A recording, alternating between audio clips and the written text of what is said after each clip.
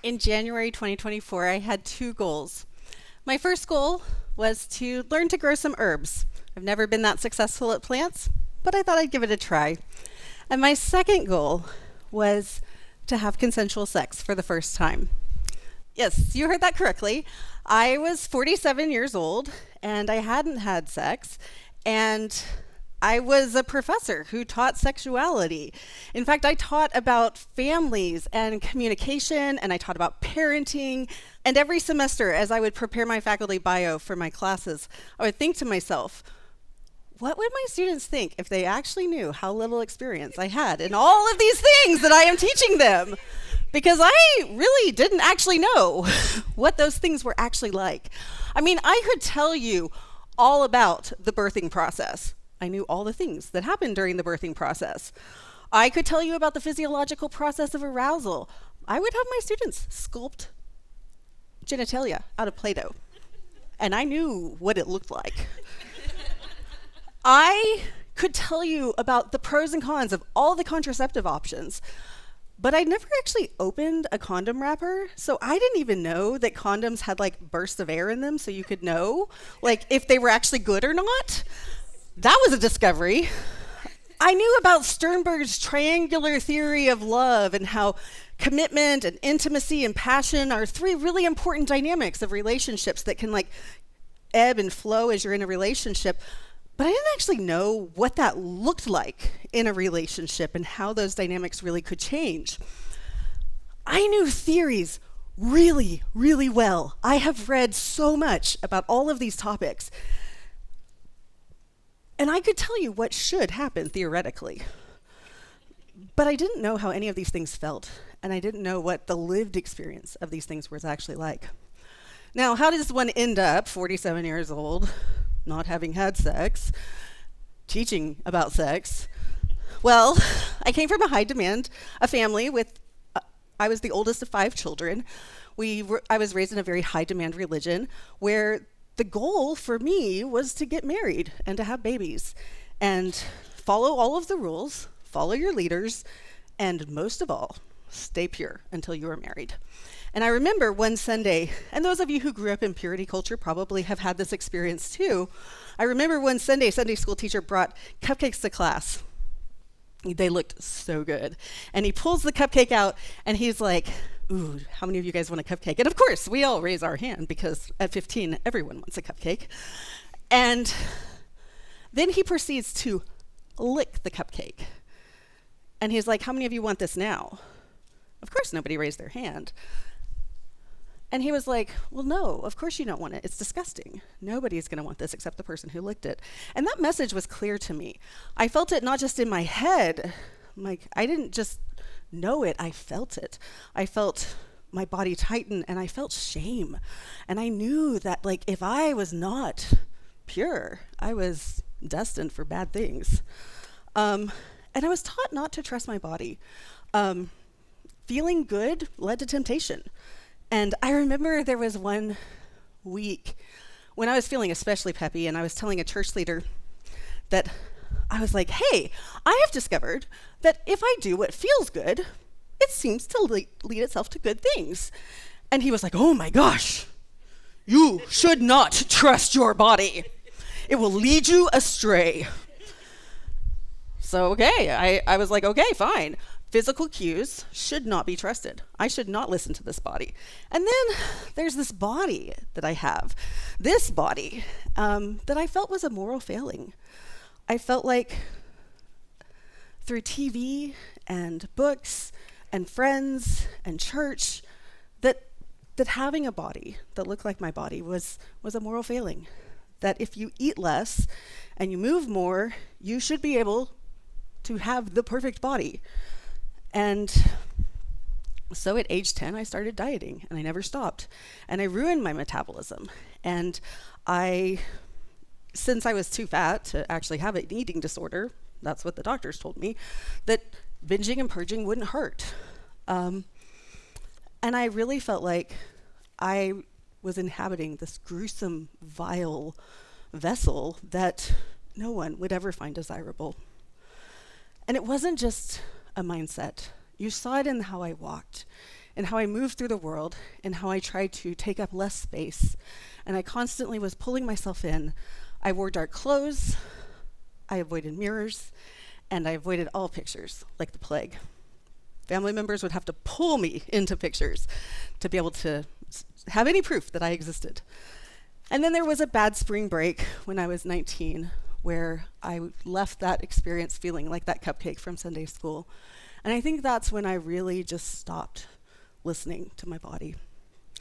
So that's how I became 47 years old, and I was teaching about sex. I was fascinated with sex. I was so curious about it, but I had no practical experience in it. And then one day, I fell. I conked my head, and I sustained a concussion. And as part of that, I had to, the healing process, I had to learn to listen to my body. Because I needed to start to pay attention to the cues that I was getting when I was going to start to get sick, and how to pay attention and take care of myself. And as I started to do that, I realized that I was missing something, that there was a part of who I was as a person that just wasn't there. And, you know, I'm a researcher. That's what I do. And so I made myself a research project. Yes. So, like any good researcher, I figured out what those research questions would be. And I was like, first, I want to know if I can have sex. And second of all, I want to know if I want it to be part of my life. So, if you're not going to wait until marriage to have sex, what type of ethics did I want to embody or embrace in this? And so I was like, okay, it's got to be legal. And, well, come on. And then I realized I wanted it to be safe. I needed to feel safe in whatever experience I had. So we moved on to recruitment. Now, how do you recruit people?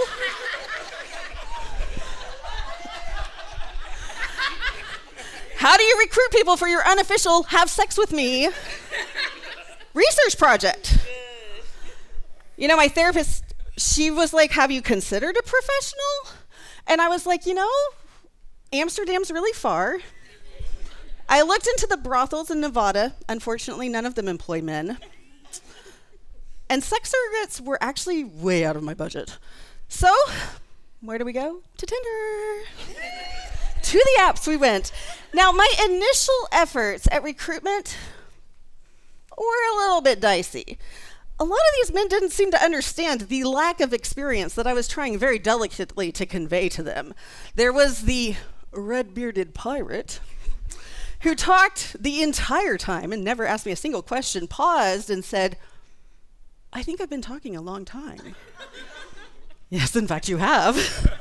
And he said, and I was like trying to give him grace, right? And I was like, well, you know, we do that when we're nervous. I'm not nervous. Unfortunately, when he went to pay the bill, he pulls his hand out, and I noticed this ring on his left hand. What is that? He says, oh, I'm married. That was not in your profile. Well, he says to me, that's okay. My wife and I are up for a threesome. Y'all, I was not ready for that at that moment in my life. Thank you, but no thank you. I'm glad that works for y'all, not for me right now. And then there was a cigar aficionado who told me he worked in the cigar industry, which meant he blogged about cigars for free. And then his hugs in the parking lot, despite me pushing him back, just kept pulling in and in. And what I realized was neither of these men were listening to me or to my body. And that's what I needed, was someone who was going to listen to me. So I had to tweak my recruitment brochure, also known as my Tinder profile. And at one point I matched with an art professor. That ended up being a really good match. We expressed some similar intents, and I tried very delicately to say, I don't have a lot of experience. And when he was like, tell me more, I said, well, let's just say I was 19 the last time I was alone in a room with a man. And he was like, are you saying it's been 30 years? And I was like, dude, 28. Let's not exaggerate. But he said, you know what? I'm honored and I will make sure that it is a positive experience for you. And so we got a hotel room, we set some expectations, and maybe we just play cards. And I decided that I would just trust my body and I would listen to its cues. And all it said was, "You go, girl." Now, what I learned that night was that, in fact, I could have sex, and I did want to try to incorporate that into my life. I also learned that we really need better sex education in America. Holy cow! What we don't talk about is everything that matters. I mean, I can know where the body parts are, but if I don't know how to use the body parts, they're not very helpful. I also learned that this body that I despised was magical. And I really like that body. And I wanted to learn more, and I was so curious about all the things. So I read lots and lots and lots, and I watched TV, and I watched online sex education videos, OMG, yes, and Beducated. If you've never looked at those sites, they're fantastic for those of us who don't know what we're doing, and I think that's most of us. But a couple things I want to share with you that I took away from this past year. The first one is that our bodies are not failing us. Our bodies are beautiful, and they're wonderful, and they're like magical musical instruments. They are expressive, and they're warm, and they just need to be played properly. I spent years dieting and hating this body, and all it wanted to do was just play. I remember realizing that one night when a man told me that I was beautiful, and normally I would just reject that, and he said, and instead I could feel it in my body. What he said I believed because I could feel the relaxation that I felt. I also learned about consent, and consent is not just verbal, it's also nonverbal. I was amazed at how many people ask for very clear consent multiple times. May I hug you? May I touch you? May I hold your hand? And consent also comes in nonverbal cues. Are we tense or are we relaxed? Are we performing or are we present? It's in our breath. Are we breathing in and relaxed? We see it in our muscles. I also learned that I could take time and take up space. You know, I knew that we took up physical space with our bodies, but I didn't really realize how much emotional space that we tend to take up around people. And I also learned that we can take up the space that we need, whether it's physical or emotional. And if it's not too much, and it's not too much if we're around the right people. I also learned that I can take my time, and it's not too long if it's right. I learned so much, I made so many mistakes, and the academic in me wanted to give you guys a framework for how you too could explore the unknown parts of yourself. In fact, the earlier version of this talk had a 5-step process. But I've embraced that we don't need a theory for everything. We don't need to know all of the things that we're doing. I took chances, I made a lot of stupid mistakes. But you remember those goals that I talked about at the beginning? My rosemary, it's thriving. The basil, it never, ever even sprouted. And the oregano turned out to be cilantro, which flourished until it went to bloom. And then when cilantro blooms, it dies. And just like that, parts of me are flourishing. And I've learned to let go of thoughts and rules that no longer serve me. And I learned that not every date equals a marriage proposal, which takes so much pressure off of everything. And my experience isn't normal, but we all have parts of ourselves that we minimize and hide. And so I encourage you to think about, what is it that you're minimizing? It's scary. You might lose friends or family. For me, I feared so many things in this journey. But in learning to trust my body and to listen to it, I learned about myself, and I learned who I was. And as I learned about who I was and learned to understand myself better, I began to love myself more. And as my therapist says, the person who can love you the best is you.